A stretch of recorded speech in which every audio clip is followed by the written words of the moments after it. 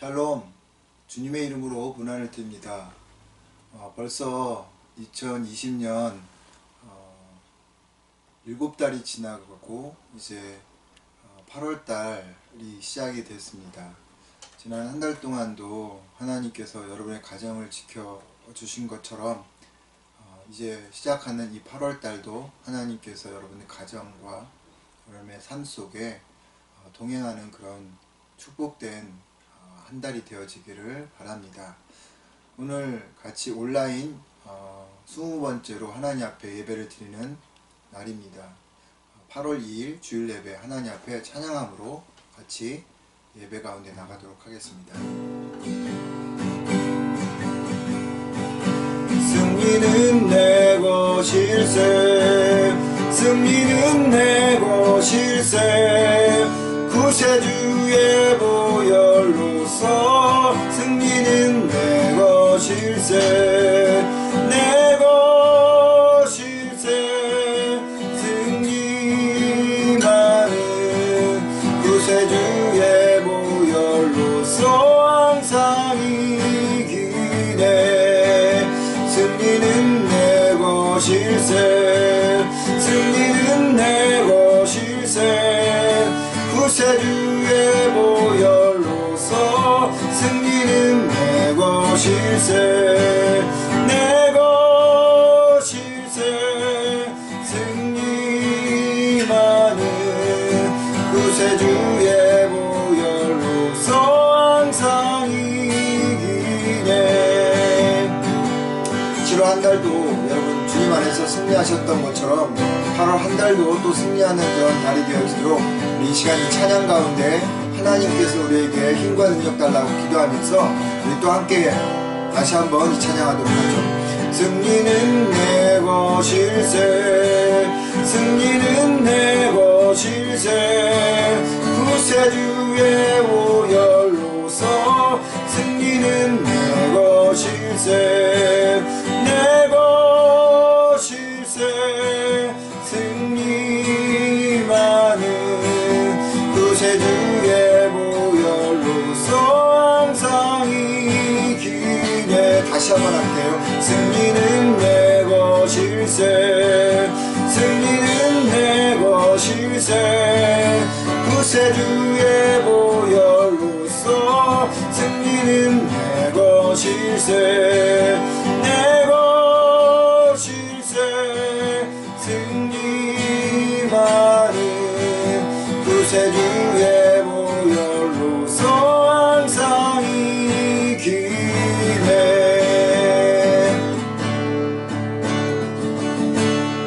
내 평생 사는 동안 주 찬양하리. 여호와 하나님 내 주를 찬양하리. 주님을 묵상하니 즐겁도다. 내 영혼 주 안에서 참 기쁘리. 다시 한번 할까요? 내 평생, 내 평생 사는 동안 주 찬양하리. 여호와 하나님 내 주를 찬양하리. 주님을 묵상하니 즐겁도다. 내 영혼 주 안에서 참 기쁘리. 내 영혼아 주님을 송축하라. 내 영혼아 주님을 찬양하라. 내 영혼아 주님을 송축하라. 내 영혼아 주님을 찬양하라. 내 평생 살아가는 내 평생 사는 동안 주 찬양하리. 여호와 하나님 내 주를 찬양하리. 주님을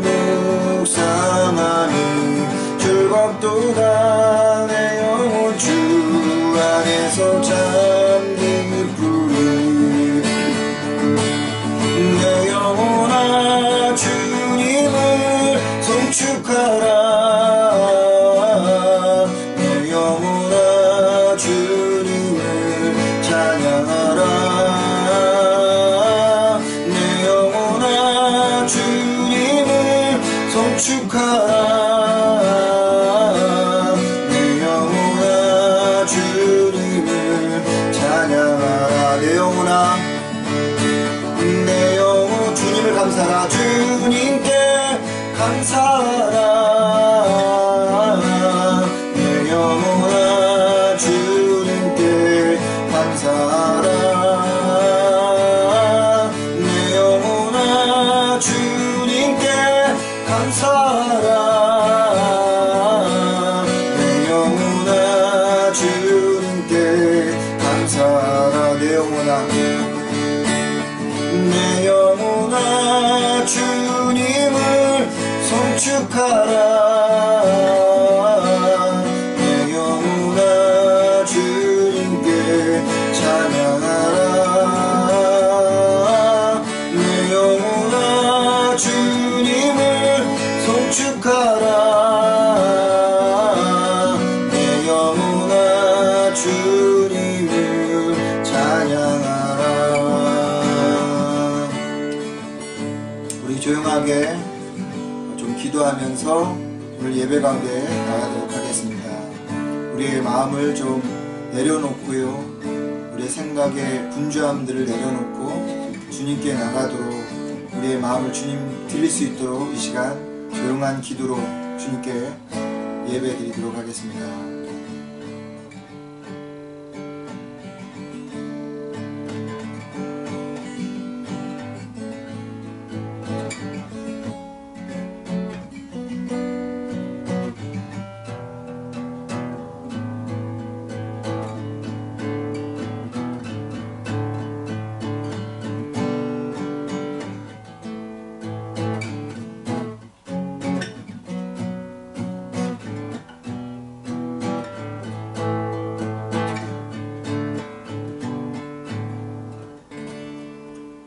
여호와는 나의 빛 나의 구원이시니 내가 누구를 두려워하리요. 여호와는 내 생명의 피난처이신데 내가 누구를 무서워하리요. 악한 내 원수들이 나를 치러 올지라도 발이 걸려 넘어지리라. 강한 군대가 나를 포위하고 진격해 올지라도 내가 두려워하지 않을 것이며, 전쟁이 일어나 적군이 나를 칠지라도 내가 여전히 하나님을 의지하리라. 아멘. 우리 다같이 사도신경 하나님 앞에 고백하도록 하겠습니다. 전능하사 천지를 만드신 하나님 아버지를 내가 믿사오며 그 외아들 우리 주 예수 그리스도를 믿사오니 이는 성령으로 잉태하사 동정녀 마리아에게 나시고 본디오 빌라도에게 고난을 받으사 십자가에 못 박혀 죽으시고 장사한 지 사흘 만에 죽은 자 가운데서 다시 살아나시며 하늘에 오르사 전능하신 하나님 우편에 앉아 계시다가 저리로서 산자와 죽은 자를 심판하러 오시리라. 성령을 믿사오며 거룩한 공회와 성도가 서로 교통하는 것과 죄를 사하여 주시는 것과 몸이 다시 사는 것과 영원히 사는 것을 믿사옵나이다. 아멘.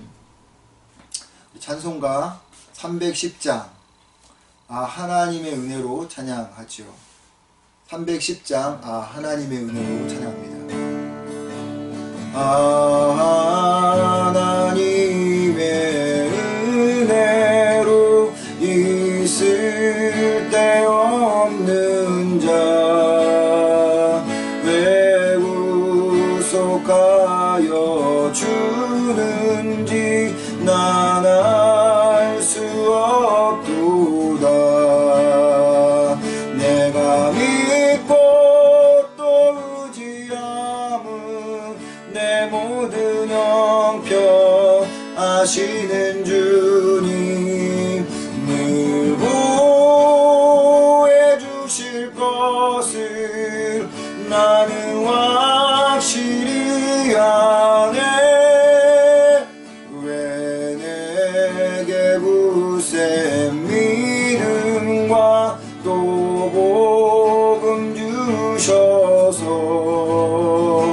내 맘이 항상 편한지 난 알 수 없도다. 내가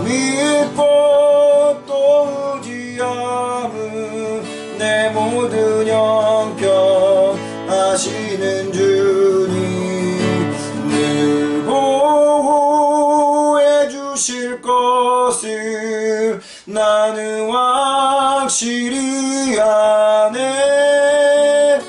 왜 내게 성령 주셔서 내 마음을 감동해 주 예수 믿게 하는지 난 알 수 없도다. 내가 믿고 또 의지함은 내 모든 형편 아시는 주님 늘 보호해 주실 것을 나는 확실히 아네. 주 언제 강림하실지 옥밤에 옥낮에 또 주님 만날 그곳도 난 알 수 없도다. 내가 믿고 또 의지함은 내 모든 형편 아시는 주님 늘 구해 주실 것을 나는 확실히 아네. 우리 오늘 예배를 위해서 함께 기도하도록 하겠습니다. 우리 가정을 위해서도 함께 기도하고요. 오늘 이 예배 가운데 성령께서 우리 각자의 마음속에 또 하나님 말씀하여 주십시오. 말씀에 아멘으로 순종하겠습니다.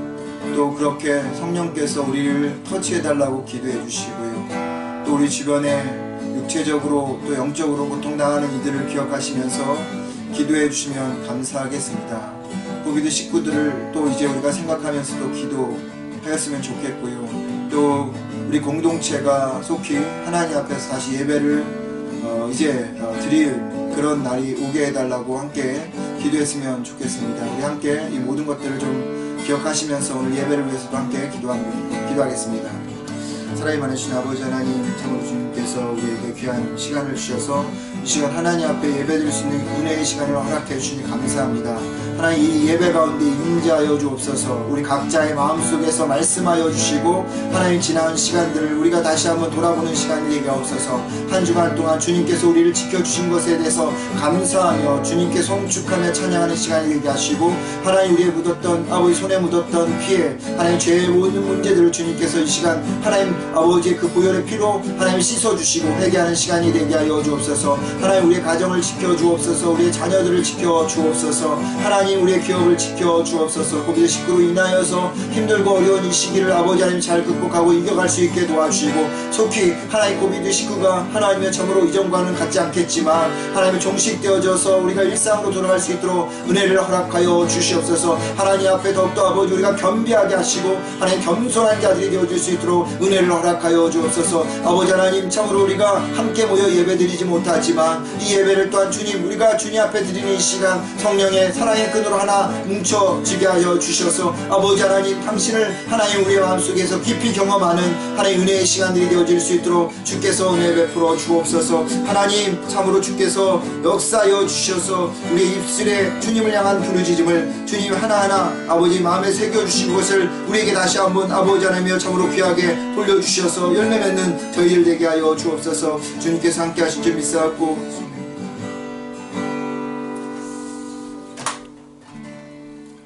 두려워하지 말라. 내가 너를 구속하였고 내가 너를 지명하여 불렀나니 너는 내 것이라.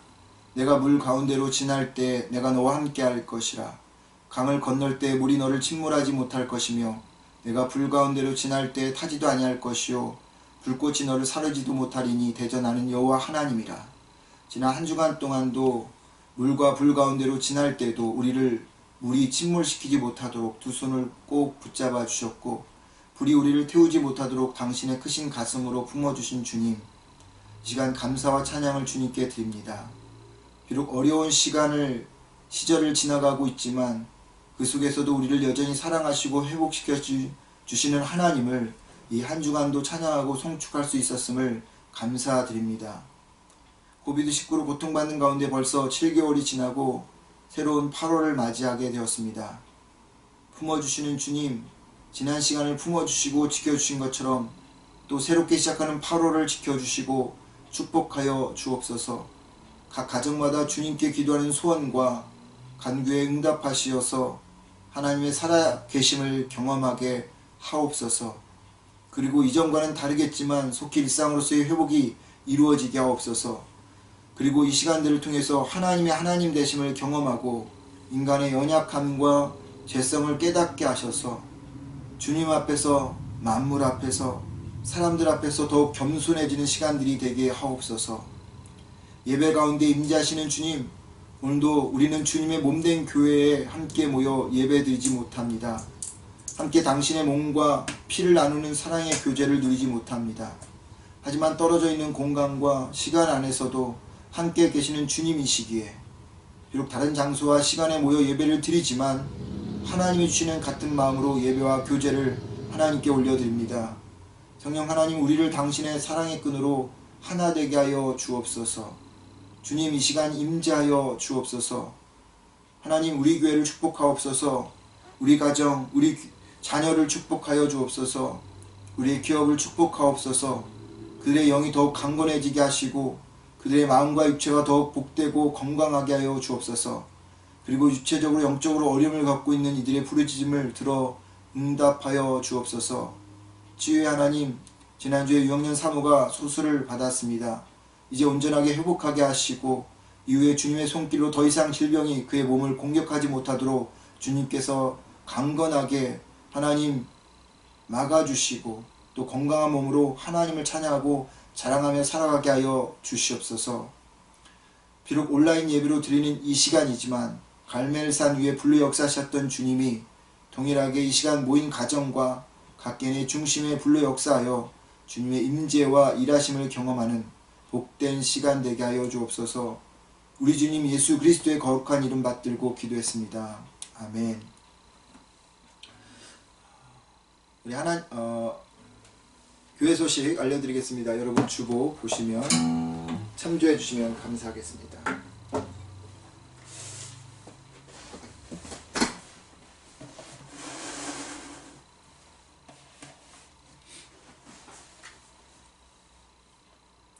교회 소식 알려드립니다.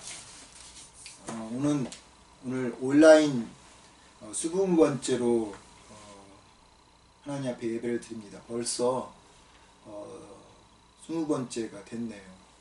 우리 모두가 같이 모여서 예배 드리지 못한 시간이 이제 5개월째로 이제 접어드는 것 같아요. 속히 이 시간들이 끝나서 말씀드린 것처럼 함께 모여서 하나님을 찬양하고 하나님 임재를 경험하고 주님 안에서 사랑과 또 교제의 그러한 나눔이 있는 시간이 오도록 위해서 함께 기도해 주셨으면 감사하겠습니다. 오늘 예배에 참석한 여러분들을 주의 이름으로 축복하고 또 사랑합니다. 우리 옆에 계신 여러분들의 귀한 가족들 또 사랑하는 자들을 좀 이렇게 품어주시고 안아주시고 또 사랑한다고 고백도 좀 해주시면 감사하겠습니다. 새로운 한 달 8월이 시작이 되었어요. 지난달에 우리에게 베풀어 주셨던 하나님의 그 은혜와 사랑이 이 세 달인 8월달 가운데서도 여러분의 가정 가운데 그리고 기업 가운데 삶 가운데 나타나는 또 경험되어지는 그런 복된 8월이 되기를 바랍니다. 그리고 늘 건강하시기 바랍니다. 잠깐 기도했던 것처럼 지난 월요일날 6학년 사모가 수술을 하였습니다. 그리고 금요일날 퇴원을 해서 지금 집에서 회복 중에 있는데 위에서 기도해 주시고요. 또 다음 주에 이제 병원에 가서 지금 차고 온 수술 그 주머니가 있는데 가서 떼고 또 치료하는데 그 모든 과정도 그리고 무엇보다도 다음 주에 또 이제 의사들을 만나서 그동안 또 수술한 자국의 그 조직 검사를 해서 암이 있는지 없는지를 또 체크해 봐야 된다고 합니다. 정말 하나님께서 그동안 함께 하신 것처럼 그 검사에서도 깨끗하게 나와서 건강한 몸으로 하나님의 사역을 감당할 수 있도록, 그래서 여러분 기도해 주시고, 그리고 이후에도 어느 곳에도 전이와 재발이 나타나지 않도록 하나님께서 강력한 치유의 손길로 치유해 달라고 여러분 기도 부탁드립니다. 오늘 하나님 말씀은 누가복음 11장 14절부터 26절까지입니다. 누가복음 11장 14절로부터 26절까지의 말씀 보도록 하겠습니다.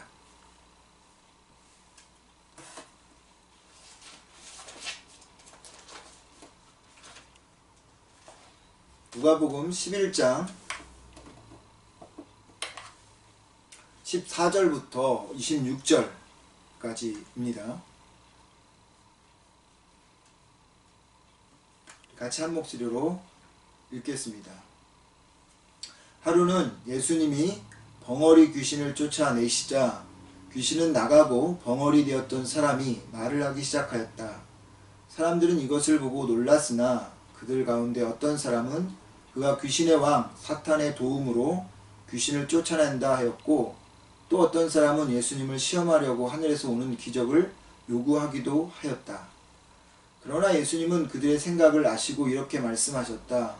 어느 나라든지 서로 싸워 갈라지면 망하고 한 집안도 서로 싸워 갈라지면 망한다. 너희는 내가 사탄의 도움으로 귀신을 쫓아낸다고 하는데, 만일 사탄이 서로 싸워 갈라진다면 어떻게 그의 나라가 설 수 있겠느냐. 내가 사탄의 도움으로 귀신을 쫓아낸다면 너희를 따르는 사람들은 누구의 도움으로 귀신을 쫓아내느냐. 그러므로 그들이 너희 재판관이 될 것이다. 그러나 내가 하나님의 능력으로 귀신을 쫓아낸다면 벌써 하나님의 나라가 너희에게 와 있는 것이다. 강한 사람이 철저하게 무장을 하고 자기 집을 지킬 때에는 그의 재산이 안전하다. 그러나 그보다 더 강한 사람이 달려들면 그가 믿고 있던 무기와 재산을 다 빼앗길 것이다. 나와 함께 하지 않는 사람은 나를 반대하는 사람이고, 나와 함께 모으지 않는 사람은 흩어버리는 사람이다. 더러운 귀신이 어떤 사람에게서 나와 물 없는 곳으로 다니며 쉴 곳을 찾았으나 얻지 못하였다. 그래서 귀신이 내가 나온 내 집으로 돌아가야겠다 하고 가보니 그 집이 깨끗이 소재되고 정돈되어 있었다.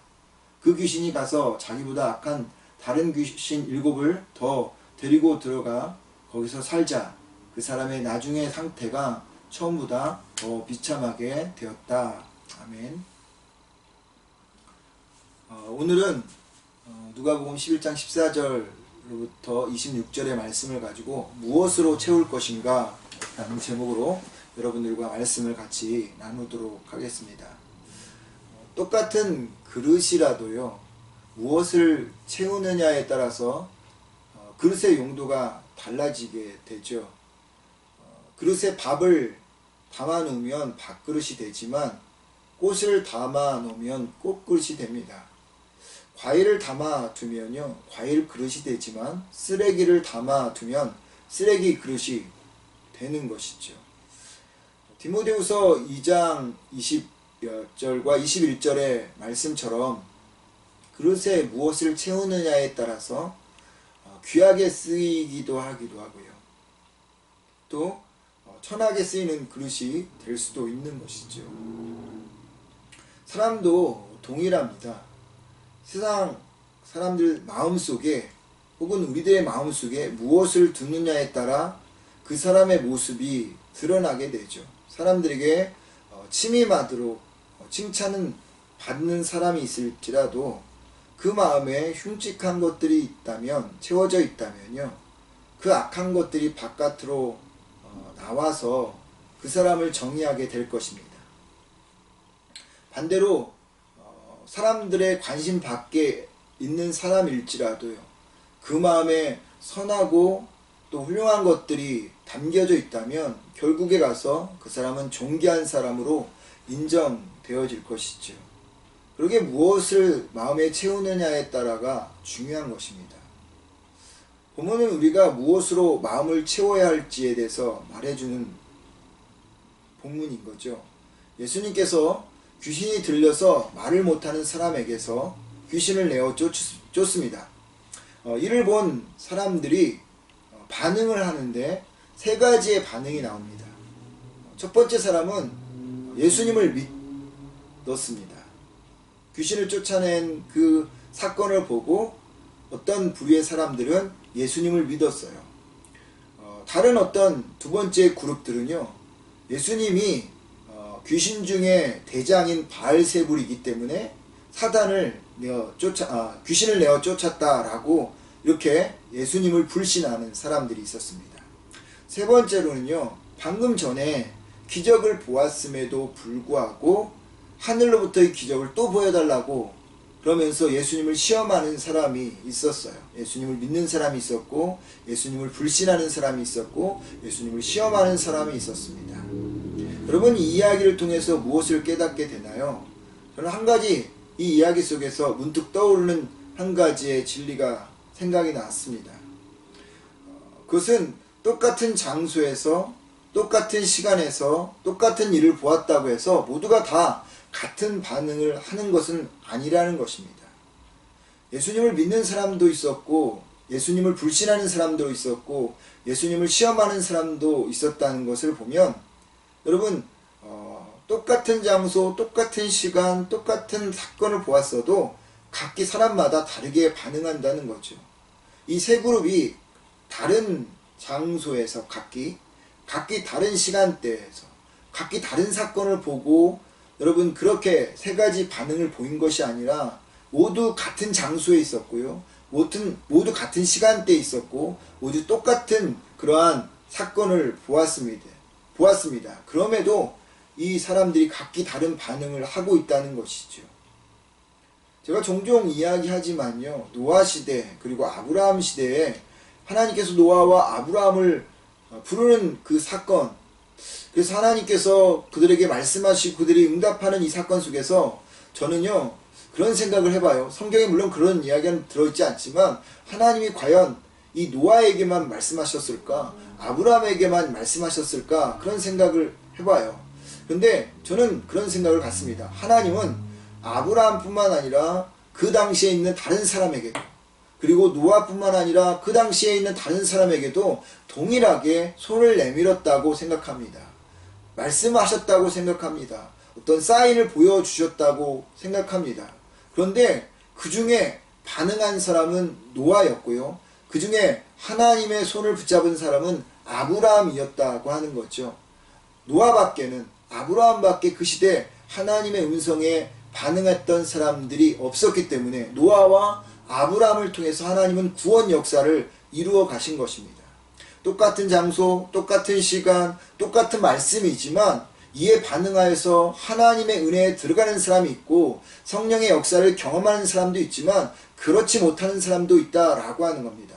하나님 말씀이 어떤 말씀입니까? 살아있는 생명의 말씀입니다. 그 생명의 말씀은요, 사람의 혼과 영과 골수를 쪼개는 메스, 수술할 때 쓰는 메스와도 같습니다. 그 하나님 말씀이 메스처럼 작용하여서 사람의 마음을 바꾸고 생명을 잉태하게 하고 창조하게 만들어내는 그런 말씀이라는 것이죠. 그런 의미에서 하나님의 말씀이 떨어졌을 때 우리 안에서 우리의 마음이 옥토가 되어서 그 말씀을 받아들이고 그래서 우리의 삶이 기름지고 풍성해져서 하나님이 원하는 그런 구원 역사를 이루어가는 하나님의 손을 붙잡고 하나님의 음성을 듣고 나가서 하나님의 역사를 이루어가는 그런 우리가 되어져야 한다는 것입니다. 하나님의 손에 붙들려서 구원 역사를 이루어가는 여러분과 제가 되기를 주의 이름으로 축원을 드립니다. 자신을 바알세불이라고 하는 사람들에게 예수님께서 이렇게 말씀하시죠. 사탄이 같은 편인 사탄을 쫓아내면 사단의 나라가 어떻게 세워지냐. 자중질환하면 그 나라는 망한다. 나는 사탄의 도움을 받아서 귀신을 쫓아내는 것이 아니라 성령의 능력으로 귀신을 쫓아내는 거야. 사람의 마음을 다스리고 있는 강한 자가 있지만 그 강한 자를 밀어내고 누군가가 들어가려면 그 누군가는 이전 그 마음을 자리 잡고 있는 사람보다 더 강해야 한다.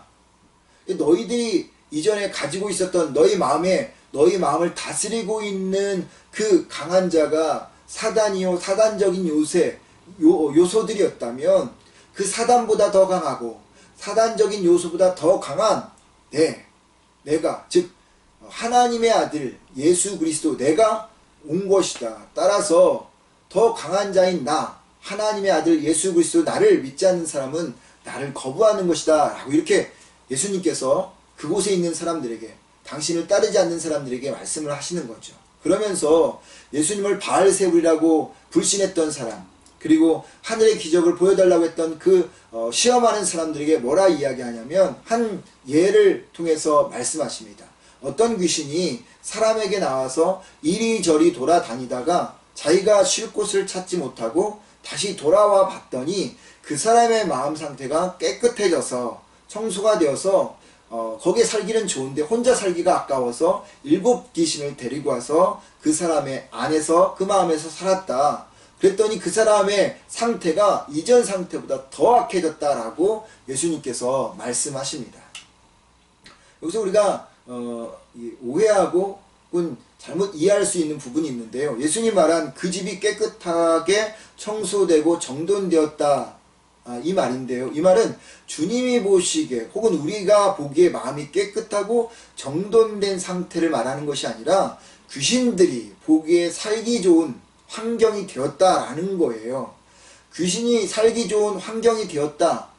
우리 관점에서는 어떻게 표현하냐면 엉망이 되었다라는 것입니다. 엉망이 되었다라고 하는 우리의 마음이 엉망이 되었다는 것은 이 귀신의 관점에서는 그 집이 깨끗하고 잘 정돈되었다라는 그런 의미로 표현한 거죠. 그래서 그 마지막 부분에 보면 그 사람의 나중 상태가 처음보다 더 비참하게 되었다라고 이렇게 마무리하지 않습니까? 그 사람의 마음이 더 이전보다 안 좋아진 상태 예수님께서 이 비유를 하시고 그리고 말씀을 마치십니다. 여러분 기독교 타종교와의 차이점이 무엇이라고 생각하십니까? 타종교와 기독교의 그 차이점이요. 저는 타종교는 비움의 종교이고 기독교는 체험의 종교라고 생각합니다. 예를 들자면 타종교는 자아, 무욕, 고민, 더러운 것 같은 것들을 뽑아내려고 합니다. 왜냐하면 그런 것들이 우리가 참 행복을 살아간대 참 생명을 살아가는 데 있어서 걸림돌이 되고 방해돌이 되어지기 때문에 그것들을 뽑아내려고 합니다. 그래서 수도하고요. 수도적인 삶을 살아가고요. 혹은 명상을 하면서 마음을 비우려고 합니다. 불교에서는 이걸 해탈이라고 표현하죠. 이런 비움은요. 복잡한 세상일수록 더욱 필요한 것 같아요. 그래서 그런지 어느 시대보다 비움의 영성을 더 강조하는 때가 요즘이 아닌가 이런 생각을 해봅니다. 그렇지만요. 기독교는 여러분 반대로 채우는 종교입니다. 물론 기독교에도 비움의 영성이 있어요. 빌립보서 2장의 말씀을 보면 예수님께서 하늘의 권세를 다 버리시고 낮고 천한 이 땅 마국간에 누구도 관심 두지 않는 그 마국간에 왔다는 것 자체가 비움의 영성 아니겠습니까? 또 바울도 고린도후서 8장 9절에서 그렇게 이야기하죠. 그리스도께서는 부유하셨지만 우리를 위해서 가난하게 된 것은 그분의 가난함을 통해서 우리의 부유해지기 위해서 그렇게 하신 것이다 라고 말을 하고 있는 것이죠. 바울도 비움의 영성, 기독교의 한 부분이 비움이다 라고 말하고 있습니다. 맞습니다. 여러분 비움의 영성도 기독교의 한 부분이죠. 하지만 이 기독교의 근본적이고 기본적인 영성은요. 비움의 영성이 아니라 채움의 영성입니다. 비움의 종교가 아니라 채움의 종교예요. 채워질 때 비로소 비워지는 것입니다. 우리 안에 무엇인가 가득 찰 때, 채울 때 그 채워진 것으로 인해서 이미 그동안에 내 안에 채워져 있던 것들이 마음 바깥으로 흘러 넘쳐 비워지는 것이죠. 따라서 비움보다 앞서는 것은 채움입니다. 그래서 기독교를 체험의 종교, 체험의 영성이라 이렇게 말 수 있는 것이죠.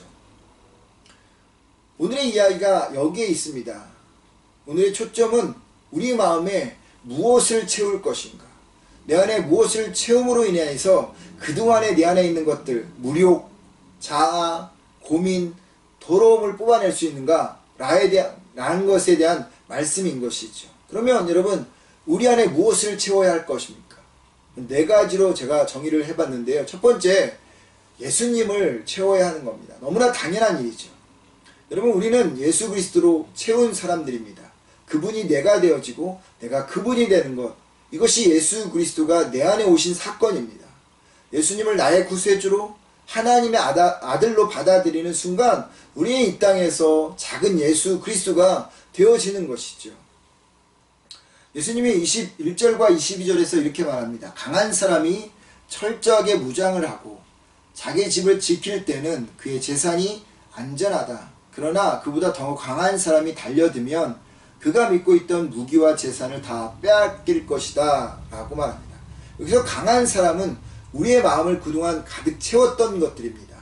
앞서 말씀드린 거짓된 자아, 물욕, 더러움, 세상적인 걱정과 고민들이겠죠. 이걸 종합적으로 표현해보자면 사탄이겠습니다. 사탄적인 요소들인 거죠. 그런데 그런 사단보다 더 강한 존재, 강한 자, 즉 예수 그리스도 하나님의 아들이 오시면 사탄은 우리의 마음속에, 사탄적인 요소는 우리의 마음속에 자리 잡을 수가 없어요. 왜냐하면 그동안 계속 제가 말씀드렸던 것처럼 예수 그리스도는 하나님의 아들이시죠. 예수님은 창조주십니다. 그러니 여러분, 능치 못할 일이 없는 전능한 하나님이시기에 그 앞에 누가 대적할 수 있겠습니까? 사단이 대적할 수 있겠습니까? 사단적인 요소들이 그 안에 있을 수 있습니까? 게임이 안 되는 싸움이죠. 그래서 예수님이 마음의 주인으로 채워지면 더 이상 우리 안에서는 그 예수님을 대적할 수 있는 상대가 없고 사단 이전에 자리 잡고 있었던 요소들도 다 도망가 버리게 되어지는 것이죠. 그동안 채워져 있던 이 사단적인 귀신적인 요소들이 다 퇴출되어 버리는 것입니다. 약한 존재가 인간이죠. 죄의 경향성을 가지고 살아가는 것이 인간입니다. 그러다 보니까 늘 마음에 무언가를 채워서 위로받고 힘을 얻으려고 해요. 그래서 그 마음에, 그 생각에, 그의 영에 그것이 무엇인지도 모르고 그냥 마구잡이로 마음속에 집어넣습니다. 채워넣습니다. 그것이 나의 영을, 나의 생각을 풍요롭게 하는 것인지 파괴시키는 것인지 상관없이 그냥 내가 보아서 좋을 것 같으면 그냥 마구잡이로 내 마음속에, 내 마음이라는 집 안에 채워넣습니다. 근데 그것들이 시간이 지나면서 독을 뿜어내기 시작한다는 거죠. 세상적인 것들이 독을 뿜어내기 시작해요. 그런데 그 삶을 살아가는 우리들은 몰라요. 그러면서 서서히 그 독으로 말미암아 우리가 마비되어져 가는 것입니다. 그러다가 죽는 거죠. 이 죽음의 터널에서 벗어날 수 있게 하는 게 뭡니까? 이 죽음의 터널을 벗어나기 위해서 그것을 뽑아내야 하는데, 여러분, 그것은 웬만해서 뽑아내지지 않아요. 여러분의 노력과 여러분의 어떤 행위를 통해서 그게 쉽게 뽑아내져집니까? 그동안 그렇게 많이 해봤는데 성공했습니까? 아니잖아요. 했는데 넘어지고 부서지잖아요. 그렇다면 여러분, 웬만해서 뽑아지지 않는 이 독성을 어떻게 뽑아내야 됩니까? 더 강한 것을 집어내야 되겠죠. 그럼 그 더 강한 것이 무엇입니까? 예수 그리스도, 그분이 내 안에 가득 채워질 때 자연스럽게 그동안 나의 마음속에서 독을 뽑아내고 있었던 것들이 다 빠져나간다는 것입니다. 사단이 빠져나간다는 거죠. 귀신이 퇴출되어진다는 것입니다. 그러면서 우리 안에 참 생명이 오는 것이고 참 자유가 주어지는 것입니다. 가장 먼저요, 예수 그리스도의 사람이 되는 것입니다. 예수 그리스도의 그 마음을 우리 안에 채워가는 것입니다. 생명의 주가 되시고 하나님의 아들이신 예수 그리스도를 내 안에 채움으로 말미암아 여러분, 우리가 주님 안에서 승리하는 삶을 살아가게 되어지는 것입니다. 두 번째로는요, 성령으로 채워가야 한다는 겁니다. 읽지는 않았지만 13절에 이렇게 말하죠.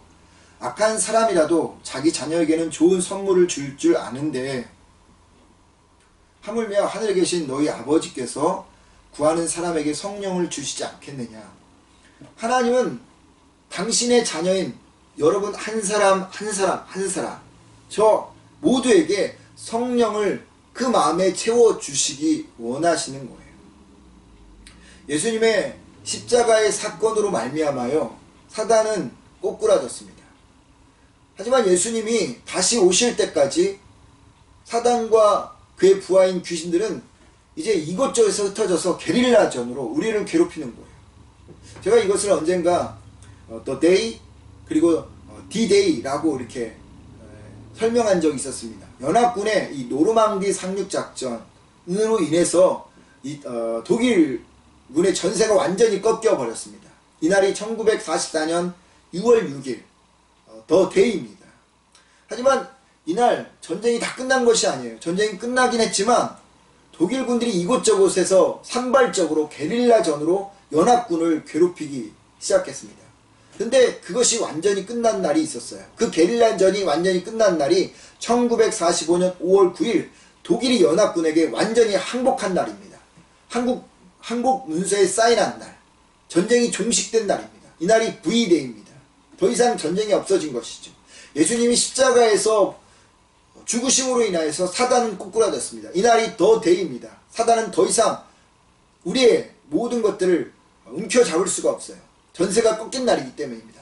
하지만 이 사단의 졸개들인 귀신들이 산발적으로 하나님의 자녀들을 상대하면서 게릴라전을 펼치는 거죠.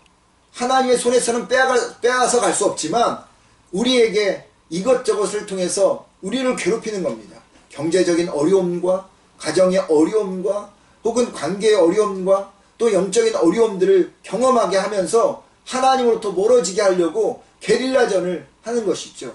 그런데 이런 게릴라전이 완전히 종식되어지는, 우리가 그들과 싸우지 않는 날이 온다는 겁니다. 그날이 예수님이 재림하는 날이에요. V-Day입니다. 그날 우리는 하나님의 온 자녀들과 함께 승리의 개가를 부를 겁니다. 근데 문제가 있죠. 그 재림의 날까지 우리는 어떻게 해야 되느냐는 겁니다. 그냥 사단과 귀신의 농락에 놀아나야 하는 것입니까? 아니죠. 그래서 예수님이 승천하시면서 대안을 주셨는데 요한복음 14장 26절에 말씀합니다. 보호자 곧 아버지께서 내 이름으로 보내실 성령께서 너에게 모든 것을 가르쳐 주시고 내가 너에게 말한 모든 것을 생각나게 하실 것이요. 누구를 보내주셨다고요? 성령 하나님, 보혜사, 우리를 보호해 주시는 성령 하나님을 보내주셨다고 말합니다. 그렇습니다, 여러분. 하나님은 우리에게 예수님 대신 성령을 보내주셨어요. 이 성령 하나님이 우리를 대신하여서 게릴라전으로 우리를 괴롭히는 이 사단과 사단의 부하인 귀신들을 대항해서 싸우고 계시다는 것입니다. 성령 하나님은 우리를 보호하시고 우리를 지켜주시고 우리를 대신하여 싸워 가신다는 거죠. 이 성령 하나님으로 우리가 채워져야 합니다. 성령 하나님께서 우리 안에 채워짐을 바울은 이렇게 이야기하죠. 에베소서 5장 18절에 여러분은 성령으로 충만하십시오. 성령으로 충만하십시오. 갈멜산에 역사하셨던 그 성령의 불이, 하나님의 불이 우리 안에 와서 우리 안에 자리 잡고 있는 이 사단적인 요새를 다 불태워버리고 소멸해버리고, 그래서 더 이상 우리 안에 사단적인 귀신들이 집을 짓는 것들을 허용하지 않고 오직 하나님 앞에 거룩한 젖으로 지성소로 살아가게 해주시는 분이 성령 하나님이라고 하는 것입니다. 가정의 문제, 고통의 문제, 육체의 문제, 아픔의 문제, 재정의 문제, 이런 모든 것들을 이기게 해주시는 분이 성령 하나님의 그 능력이라는 것이죠. 우리를 대신하여 싸우시는 그 성령 하나님께서 이 일을 행하여 주신다라고 하는 것입니다. 그러기에요, 주님께서는 우리에게 성령을 채워주시기를 원하십니다. 성령에 충만하십시오. 성령을 우리의 마음속에 채우십시오. 그리고 사단이 내 안에 근접도 하지 못하도록, 귀신들이 내 안에 근접도 하지 못하도록 성령의 충만함으로 살아가는 여러분과 제가 되기를 주의 이름으로 축원을 드립니다. 세 번째로는요, 말씀으로 채워야 합니다. 28절의 말씀을 보면은요, 예수님께서 이렇게 말씀하시죠. 하나님의 말씀을 듣고 실천하는 사람이 더욱 행복하다. 말씀을 듣는 것, 말씀을 채우는 것, 그 말씀을 실천하는 사람이 행복한 사람이다 라고 이야기를 합니다. 이 에스겔에게도 이런 선지자에게 하나님이 이런 말씀을 하십니다. 사람의 아들아, 너는 내 앞에 있는 것을 먹어라. 너는 이 두루마리를 먹고 가서 이스라엘 백성에게 말하라. 사람의 아들아, 너는 내가 너에게 주는 이 두루마리를 먹고 이것을 내 배에 채워라. 그래서 내가 그것을 먹었더니 꿀처럼 달았다 라고 말합니다. 같은 말을요, 밤모섬에서 유배당하고 있던 사도 요한에게 천사가 말합니다. 내가 천사의 손에서 조그마한 그 책을 가져다가 먹어보니 입 안에서 꿀처럼 달았으나 먹은 후에는 뱃속에서 썼다라고 말합니다. 여러분, 에스겔과 사도 요한이 먹었다고 하는 이 두루마리가 무엇입니까? 하나님의 말씀입니다. 왜 우리가요, 이 사단의 혹은 귀신들의 게릴라의 전 작전에 쉽게 속고 그 유혹에 쉽게 무력해지는 걸까요? 그것은 우리의 영이 하나님 말씀의 지배를 당하고 있지 않기 때문입니다. 우리의 혼과 영과 골수를 영적으로 수술하는 이 메시인 하나님 말씀이 우리를 수술하고 있지 않기 때문입니다.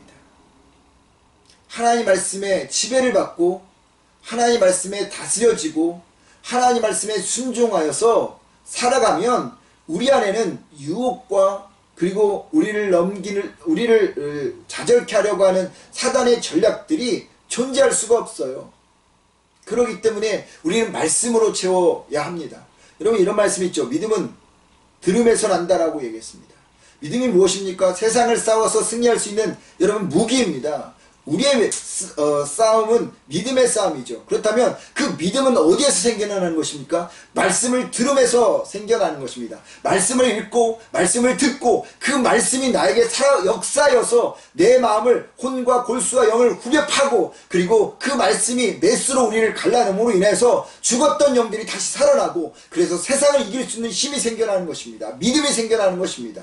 말씀을 채워야 되는 것이죠. 하나님의 말씀을 내 안에 채움으로 말미암아 말씀으로 세상을 창조하신 그 하나님께서 우리의 인생을 새롭게 창조해 가신다라고 하는 것입니다. 그러기에 우리에게 있어서 사단이 근접하지 못하도록 사단적인 요소들이 근접하지 못하도록 하기 위해서는 말씀으로 채워가는 그런 우리가 되어져야 합니다. 바라기는 여러분의 삶이 하나님 말씀으로 채워져서 그 생명의 말씀이 채워져서 여러분의 인생이 더욱더 주님 앞에서 풍성한 그런 행복함으로 살아가는 여러분과 제가 되기를 주의 이름으로 축원을 드립니다. 마지막 네 번째, 선한 것들로 채워가야 하는 것이죠. 예수님을 나의 주인으로 모셨다는 것은요, 이전 주인이 이사 갔다는 말입니다. 그래서 이제부터는 예수님이 내 마음에 새 주인이 되었다, 그런 말인 거죠. 그러면 여러분, 예수님이 살 수 있는 공간을 만들어야 하지 않겠습니까? 이전 주인이 살던 그런 대로 살림살이를 그냥 두면 있는 대로 그대로 살면 안 되잖아요. 사탄이 살면서 마련해 놓은 살림살이 다 치워야 하잖아요. 내가 마련해 놓았던, 내가 주인 되어서 하나둘 장만했던 그 살림살이들 다 청소해 내어져야 하잖아요. 그것들이 무엇입니까? 사단과 내가 장만했던 것들이 무엇입니까?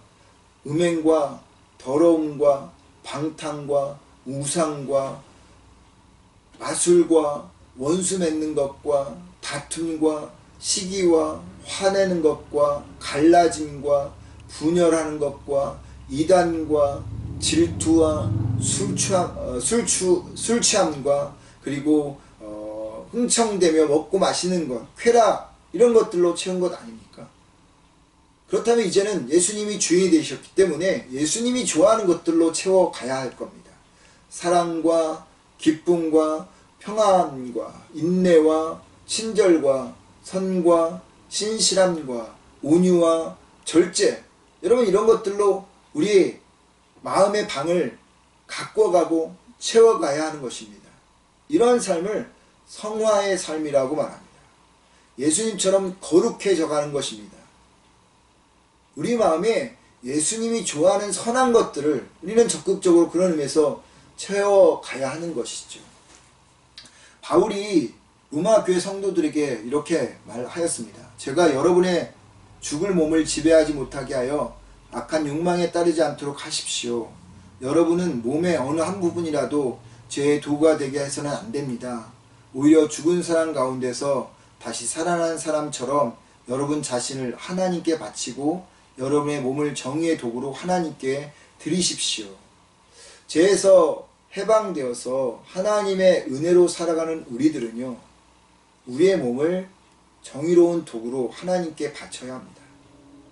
몸을 의의 도구로 바친다는 것은요, 육체의 욕심을 따라 사는 것이 아니라 성화되어져 가도록 산다는 것입니다. 내 안에 그런 육체적인 살림살이를 다 걷어내고 그리고 예수님이 선한 것들을 보여주신 것들을 채워가는 것입니다. 물론 그 과정이 힘들고 어렵지만 선한 것들을 채워갈 때 우리는 사단의 그 공격으로부터 그리고 게릴라전을 펼치고 있는 귀신들이 그 요소들이 점차 약해질 것이고 우리는 그것으로부터 자유해질 것입니다. 그런 의미에서 성화의 삶은요, 천성을 가는 사람들에게 이것은 선택의 삶이 아닙니다. 필수예요.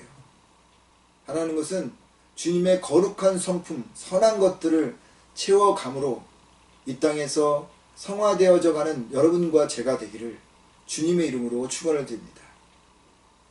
예수님과 성령님과 말씀과 그리고 성화로 선한 것들로 채워가지 않으면요, 교회를 다닌다고 하여도 혹은 우리가 성도라고 해도요, 언제든지 사단과 사단의 부하인 귀신들은 그 사단적인 요소들은 우리를 여지없이 공격하게 될 것입니다. 중요한 것은요, 처음보다 나중이 더 상태가 심각해진다는 것이죠. 왜냐하면요, 처음에는 하나밖에 없었는데 귀신이, 나중에는 7귀신이 들어오기 때문입니다. 그러게요, 여러분. 처음 때보다 나중 때가 더 안 좋아지지 않기 위해서 의도적으로 그리고 적극적으로 의지적으로 이것들을 채워가야 하는 것입니다. 그럴 때 내 안에 이전에 채워졌던 것들이 마음에서 흘러 넘쳐 버리게 되어질 것이에요. 중요한 것은요, 이것들을 채우지 않는, 예수님으로 채우지 않고 성령님으로 채우지 않고 말씀으로 채우지 않고 선한 것들로 채우지 않는 상태에서 우리가 뭔가를 하고 행위를 하고 노력을 한다 해도, 억지로 뭔가를 해도 여러분 절대 그것이 비워지지 않습니다. 예수님을 채우면요, 성령님으로 채워지면, 말씀으로 채워지면, 선한 것들로 채워지면 자동적으로 이전에 있는 것들이 다 흘러가게 되어져서 우리 마음이 비워진다는 거예요. 어느 마을에 그 마을 사람들이 자랑스럽게 생각하는 400년 된 거목이 있었습니다. 이 나무는 수십 차례의 그런 산불에도 끄덕없었고 14번의 벼락을 맞았었는데도 죽지 않았습니다. 그런 위험 속에서도 꿋꿋하게 시간을 견뎌왔기 때문에 사람들은 절대 그것이 무너지지 않고 죽지 않을 거라고 생각했는데 어느 날 갑자기 이 나무가 말라 죽어버렸습니다. 그 원인이 뭘까 찾아봤는데 나무 줄기 안에 갉아먹었던 작은 딱정벌레 하나 때문이었습니다. 딱정벌레 하나가 눈에 보이지 않게 조금씩 나무를 갉아먹어 버렸고 결국 나무가 죽어버린 것이죠. 작은 일이 어느 순간에 돌이킬 수 없는 치명적인 상처가 됩니다. 미국 범죄학자였던 제임스 윌슨과 조지 킬링이라고 하는 분이 깨진 유리창의 이론이라는 그러한 이론을 발표했는데요. 깨진 유리창 하나를 방치해두면요, 집이든 차든 그 지점을 중심으로 범죄가 확산이 되기 시작한다는 이론입니다. 이는 사소한 무질서를 방치하면요, 큰 문제로 이어질 가능성이 높다라는 그런 의미인데, 예수님으로, 성령님으로, 말씀으로 선한 것들을 우리가 채우지 않고 그런 것들을 사소한 것으로 생각하고 대수롭지 않게 생각하지 않고 채워가지 않는다면 어느 순간 7귀신이, 한 귀신이 나갔다가 7귀신을 데리고 우리의 빈틈으로 파고들어서 우리를 장악할 것이고, 우리는 인식도 못하다가 어느 순간 우리에게 주어진 그 크고 소중한 것들을 놓쳐버리게 되어질 것입니다. 그러기에 여러분, 마음을 채워야 합니다. 예수님으로 채워야 하고, 성령님으로 채워야 하고, 말씀으로 채워야 하고, 선한 것들로 채워야 합니다.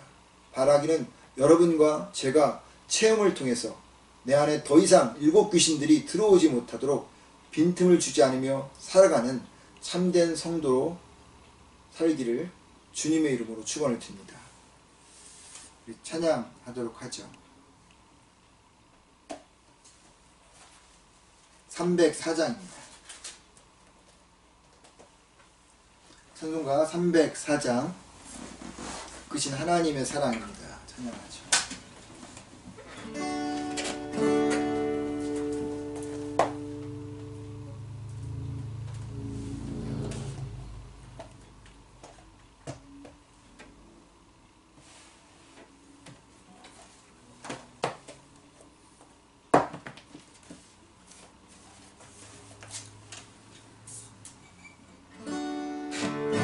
크신 하나님의 사랑 말로 다 영영 못하네. 저 높고 높은 별을 넘어 이 낮고 낮은 땅 위에 죄범한 영혼 구하려 그 아들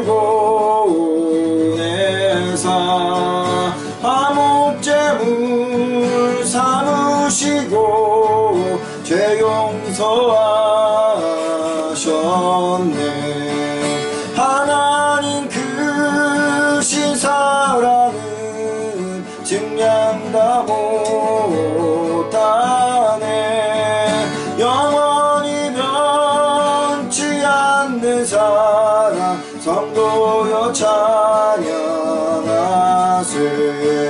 괴로운 시절 지나가고 땅 위에 영화세할 때 주 믿지 않던 영혼들은 큰 소리 외쳐 울어도 주 믿는 성도들에게 큰 사랑 베푸사 우리의 죄 사했으니 그 은혜 잊을까.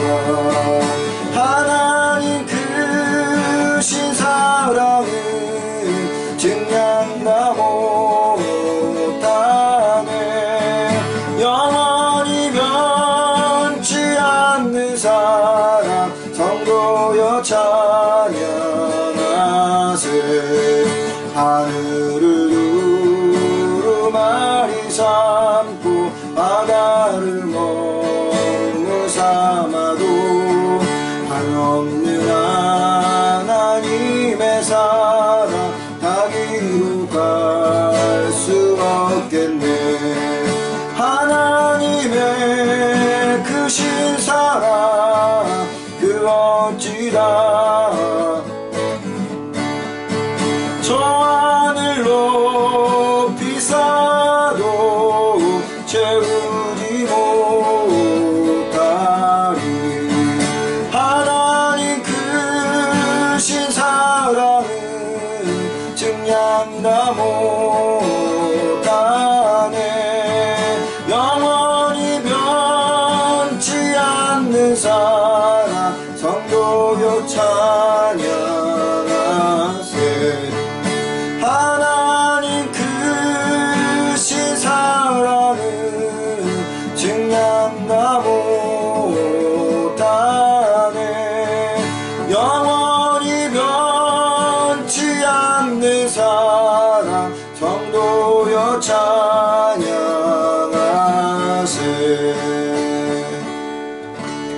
기도하겠습니다.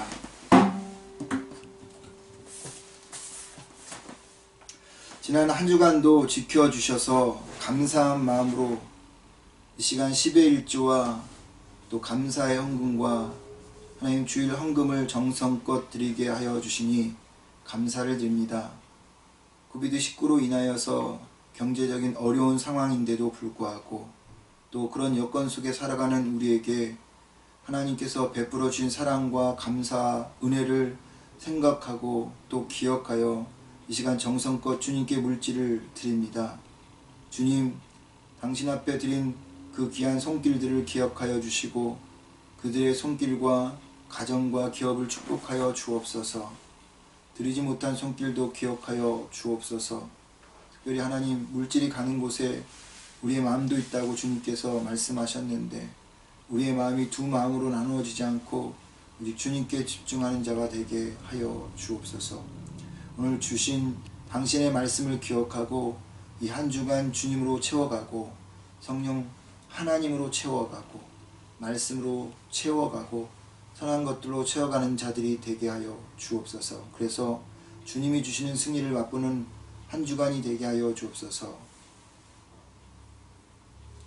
이제는 승리를 주셨고 또 승리를 주시고 또 승리를 주실 하나님의 크신 은혜와 우리 모두에게 구원이라고 하는 가장 귀한 선물을 주시기 위해 십자가에서 가장 위대한 일을 행하신 예수 그리스도의 사랑과 삶에서 우리를 적들로부터 지켜주시고 싸울 수 있는 힘과 용기를 주시는 성령 하나님의 도우심과 역사하심과 보호하심이 오늘 예배를 드린 모든 자들과 그들의 가정과 기업과 학업 위에 이 땅 밴쿠버와 교회들 위에 그리고 두고 온 조국과 조국 교회 위에 지금도 코비드19로 고통당하는 전 세계 위에 이제부터 영원토록 함께하기를 간절히 축원하옵나이다.